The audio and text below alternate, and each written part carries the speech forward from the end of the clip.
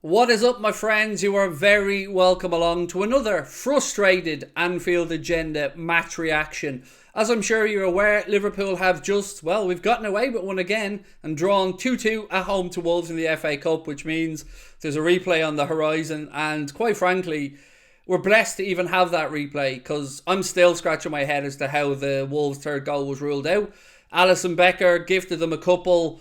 And look, there were some little bright moments in between. Darwin Núñez goal was incredible. It was lovely to see Mohamed Salah get on the score sheet as well. A few positives that we will talk about. But once again, abject failure from these boys. And I don't want to hear any more excuses from the manager. And I don't want to hear any more what ifs or talk of the future. We need to act, and we need to act now. And if anybody disagrees with that, I question you wanting the best for this club, because how anybody can look at our performances in recent weeks and think anything other than it's not good enough, I don't know. And today we went strong. And I'm going to go through it in fine detail. But before I do, a quick shout out to our sponsors, Circl, the football sweepstakes game, where the winner is decided by events that happen on the pitch and every single moment counts. You can scan the QR code bottom left hand corner to join us for the goal gift to Circl for the Brighton game coming up next Saturday. You do need to be UK resident, age 18 plus, and of course begambleaware.org is there for all of your safer and responsible gambling tools. If you'd like to get £5 when you deposit and place £5, get £5 in free bets, use the referral code anfieldagenda. And also, last time I'll be mentioning this, but bottom right hand corner is our charity partner, Talk to Tom, who we have been raising money for. We're going to close off that charity link tonight, so if you can, please make a small donation. Talk to Tom's a suicide prevention charity in my hometown here of Gorey, Ireland, doing tremendous work in our community, and every single penny raised goes directly into providing much needed services in our community. Thank you for that. Right, my friends, look, when you go as strong as Jurgen Klopp went with the 11, you have to win. You have to go out there and perform.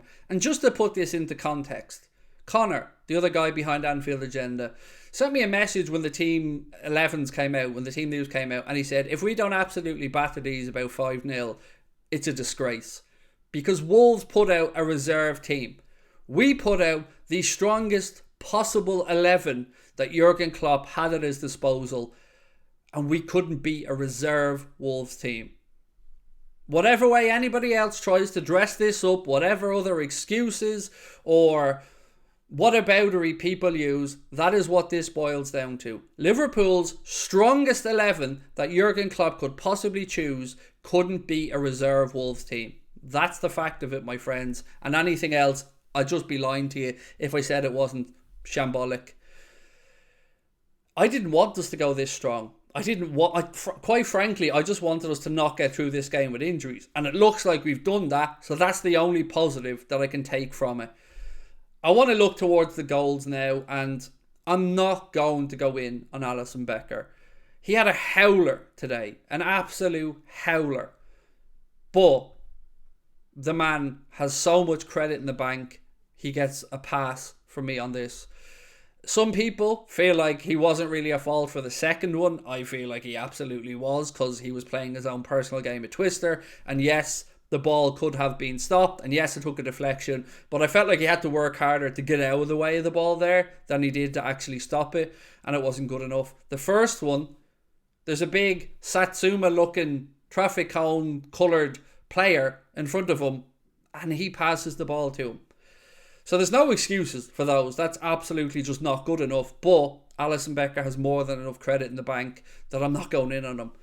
But from there onwards, Jurgen Klopp, any conversation he wants to have around midfield, don't tell us that it's good. Don't tell us that you think you can get through to the end of the season. Don't tell us that our midfield is coming on or you're confident in what you're seeing, because they are not good enough. Thiago today was useless. Fabinho, he was alright.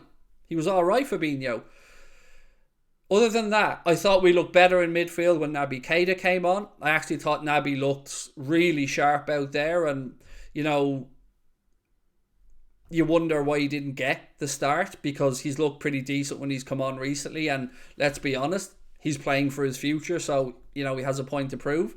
But the part that really winds me up, and the part that I cannot get my head around, is in the past 2 or 3 weeks, Jurgen Klopp has insisted on playing Alex Oxlade-Chamberlain on the left-hand side at the expense of leaving Fabio Carvalho sitting on the bench.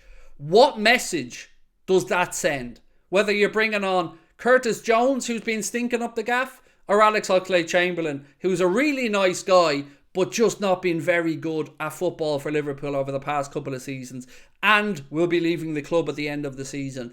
What's the point of destroying Fabio Carvalho's confidence by not giving him a run out? Why not put him on instead of Oxlade-Chamberlain? Let's be honest, Jurgen. Oxlade-Chamberlain was never going to turn that game around.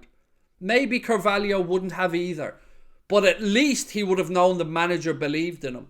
Now we have a situation where anybody else that's possible to play on the left will get a game ahead of Carvalho.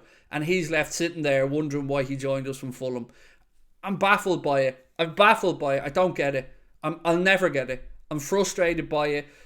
But if I want to find any positive sparks, you know where I'm going. Young Ben Doak. He looks fearless. He looks undeniable. And I'm very much looking forward to seeing Ben Doak develop. I don't want to put too much pressure on him. I don't want to call for him to be playing too soon. But he's the one shining light of positivity from that performance today. And again, he only got a few minutes at the end. I want to give massive credit, though, to Darwin and to Trent for that goal, our first goal. It was one of the best goals you'll see all season. Trent's ball was outstanding. Darwin's finish was composed. It was just beautiful. Honestly, from start to finish, just a magnificent goal. And you can see Darwin pointing to Trent there. I want it in there. And Trent, to his eternal credit, played a delicious ball in.